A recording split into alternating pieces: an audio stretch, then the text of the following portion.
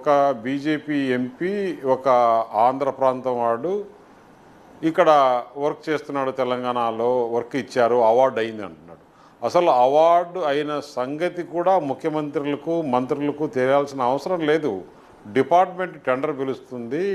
ఆ టెండరు మొత్తం nation wide international wide publicity అవుతుంది. ఎవరు టెండర్ వేస్తే ఎవరు L1 వస్తే వాళ్ళకి టెండర్ ఇచ్చే కార్యక్రమం నాకు తెలిసినంతవరకు. అయినా కూడా ఆ రిత్విక్ ప్రాజెక్ట్ కంపెనీలో నేను డైరెక్టర్ కాదు, నేను ఆ వర్క్కి సంబంధించింది నాకు తెలియదు. నాకు సీఎం రమేష్కు డైరెక్ట్గా ఇచ్చేశారన్నారు. నేను దీని తర్వాత అతను ఒకసారి కాదు, ఇది 10 సార్లు మాట్లాడాడు. అయిన తర్వాత కూడా నేను చూసి దీనికి రిప్లై ఇవ్వకుంటే బాగుండదు, ప్రజలు ఇది కేటీఆర్ చెప్పింది కరెక్ట్ అనుకుంటారనే ఉద్దేశంతో చాలా డీటెయిల్గా చూస్తే ఆ రిత్విక్ ప్రాజెక్ట్ అనే సంస్థకి L1 అయింది. దాంట్లో చాలామంది పోటీదారులు ఉన్నారు. ఇంక్లూడింగ్ L&T ఉంది, మెగా ఉంది, రాఘవ ఉంది, ఇంకా 5-6 కంపెనీలు పోటీలలో పాల్గొంటే రిత్విక్ ప్రాజెక్ట్స్కు L1 అయింది.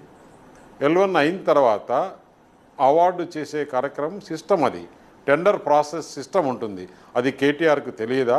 అంటే మీ ప్రభుత్వంలో 10 సంవత్సరాలు వర్కులన్నీ ఇదే విధంగా ఇచ్చారా కేటీఆర్?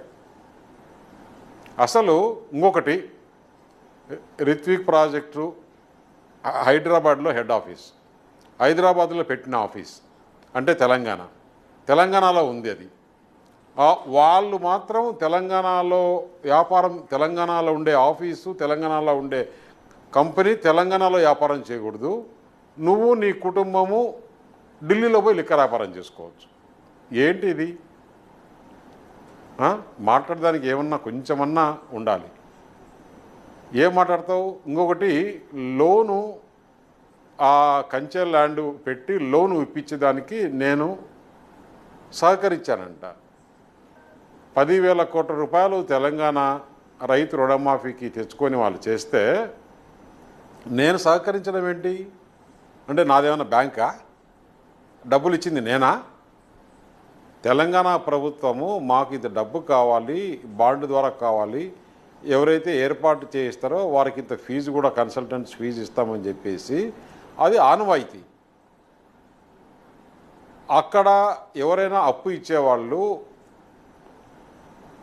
ఆ ల్యాండ్ ఎలా ఉంది, ల్యాండ్ టైటిల్ ఏంటి, ప్రభుత్వ క్రెడిబిలిటీ ఏంటి, వీళ్ళు రీపే చేసే కెపాసిటీ ఉందా లేదా అని చూసి అప్పులు ఇస్తారు. కానీ సీఎం రమేష్ చెప్పి అప్పులు ఇస్తారంటే నీకు ఎంత అజ్ఞానము, నువ్వు ఏ విధంగా మాట్లాడుతున్నావు అనేది ప్రజలకు తెలియాలనే ఉద్దేశంతోనే ఈరోజు